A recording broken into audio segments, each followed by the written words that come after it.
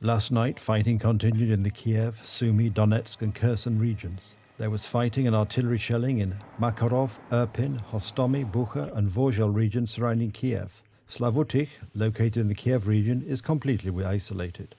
The shelling of besieged Mariupol, where children are dying of dehydration from being cut off from food supplies, continues. President Volodymyr Zelensky said that any compromise with Russia made to end the war would have to be preceded by a referendum.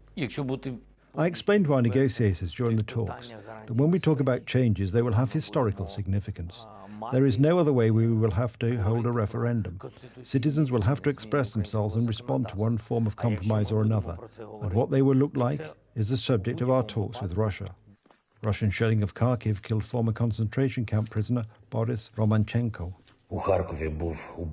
He was 96 years old. Just think how many things he went through. He survived Buchenwald, Dora Mittelbau, Peenemünde and Bergen-Belsen. These were Nazi-created places of death. But he was killed by a Russian bomb that hit an ordinary multi-story building in Kharkov. With each passing day of this war, it becomes more and more obvious what denazification means to them. An extended curfew is in effect in Kiev, which began at 8 p.m. on Monday and will last until 7 a.m. on Wednesday. Authorities in the capital have given assurances that despite the fact that Kiev is still under attack, and from time to time explosions are heard in various districts, the situation in the city is under control.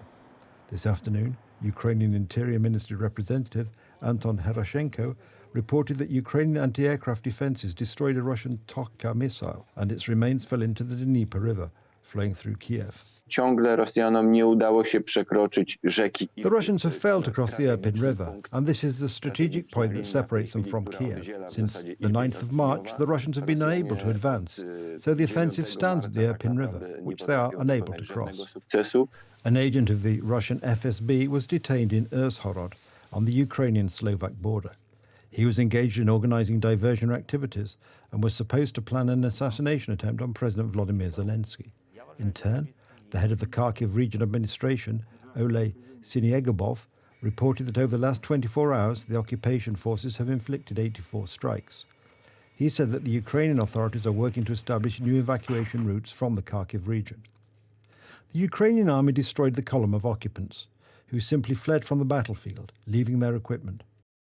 The General Staff of Ukraine reported that since the beginning of the war, Russia has lost, among others, more than 15,000 soldiers, 509 tanks, 1,556 armoured combat vehicles, 252 artillery systems, almost 100 aircraft, 123 helicopters, and 35 drones.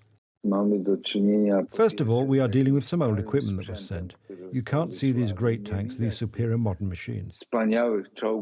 Secondly, morale among the Russian army often turns out to be very low. On the one hand, there are huge rallies in support of Putin. The Luzhniki Stadium is full to the brim. Everyone is shouting, Russia, Putin.